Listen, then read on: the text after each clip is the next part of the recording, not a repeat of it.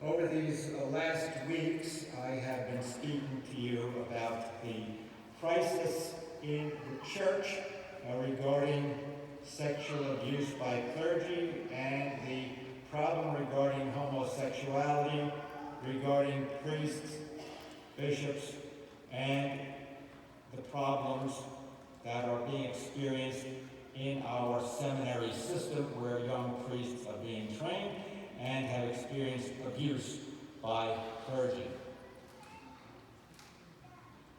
I have given you a breakdown of what the problems are in the past weeks.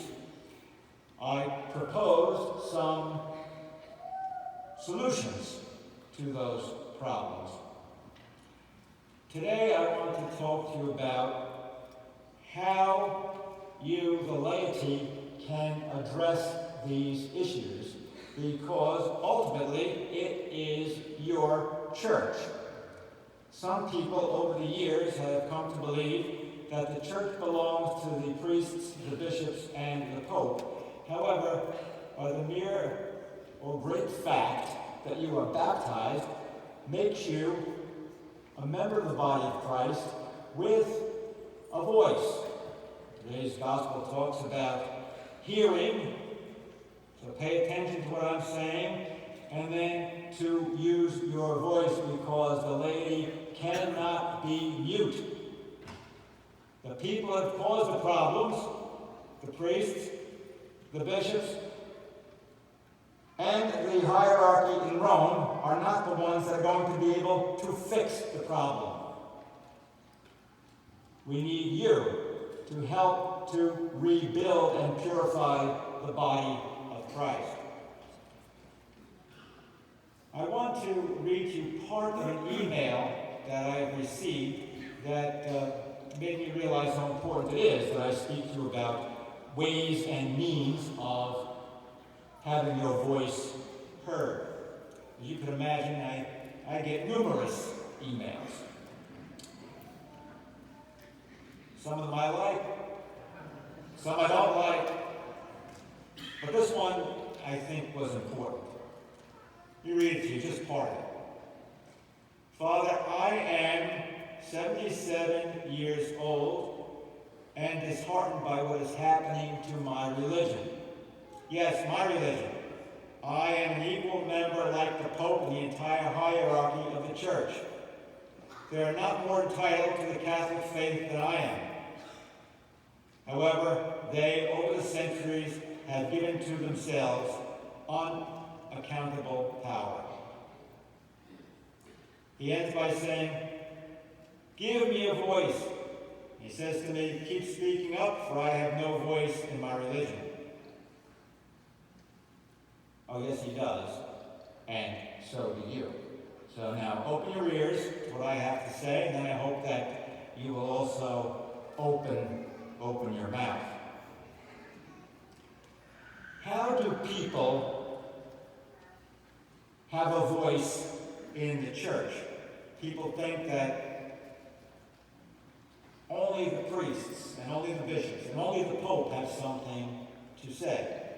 Well, being part of the body of Christ, you have a lot to say. Let me give you some avenues which you should be using to address the crisis in the church. And it is a crisis. A lot of people make a mistake when we talk about crisis. They mean, this is a horrible, tragic situation. Well, it is horrible, it is tragic, but the word crisis means it's an opportunity. It's an opportunity. The real word comes from Greek, krisis. It's an opportunity to do something, to change. In this case, to purify the body of Christ. What are some of the avenues that we have at our disposal? On a parish level, we have what is called a parish pastoral council. Parish pastoral council. We have one here, and these people of the parish get elected to the parish pastoral council or are invited by the pastor to be part of the parish pastoral council. They are an advisory board. You should make it your business to find out when the parish pastoral council meets. You should email your concerns, and you should attend parish pastoral council meetings and open your mouth regarding those issues that are important to you, and most especially your concerns about the present crisis in the church. Regarding abuse of clergy, regarding the education of seminarians, and how to address the big boys, the bishops and the cardinals and the Pope, as to how the crisis can be healed. What new directions can we take for the future? The second avenue that we have, we find this in canon law, although many dioceses do not use this avenue because it is up to the discretion of the bishop. Unfortunately, too much is left to the discretion of the bishop. Power tends to corrupt. Absolute power corrupts absolutely. It's called a diocesan pastoral council. That means people from all over the diocese are invited to come and meet with the bishop and to discuss problems of the diocese and to let their mind be known on present issues that are affecting the church, not only the diocese, but in the universal church. Laity should encourage their bishops to make sure they have a diocesan pastoral council, and people should go to that council meeting and express their voice and express their concerns. Even if you're not a member of that council, you can go to those meetings and you can say your piece at those meetings. They are advisory at this point, but I think some corrections must be made, and I think there has to be a point where we're going to say, not only are they advisory, but they do have some actual power in helping to change the course of the ship of Peter, the bark of Peter, if you will. Third, you have heard of synods. Synod usually meets every 2 or 3 years. They address specific topics that are affecting the church. And so you might hear about a synod that is going to speak about evangelization. How do we get the message of the gospel out to the world? And bishops meet in Rome usually, and they discuss these issues. Lay people are there as observers and advisors, but they have no real voice.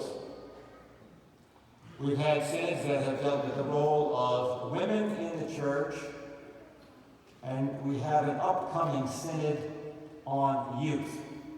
Now, at this point, nothing can be more ridiculous than having a synod on youth. Why? The youth are the ones that have been abused. And so some are saying, well, we should have a synod instead on the priesthood and how priests and bishops can be held accountable. But that's not enough. We need a synod that is going to talk about the problems in the church and how those problems can be corrected. And lay people must have a voice, not just observers or advisors at those synods. The guys that cause the problems are not the guys that are fixing the problem. We have enough examples of that. And so I would encourage you. You write to the bishop.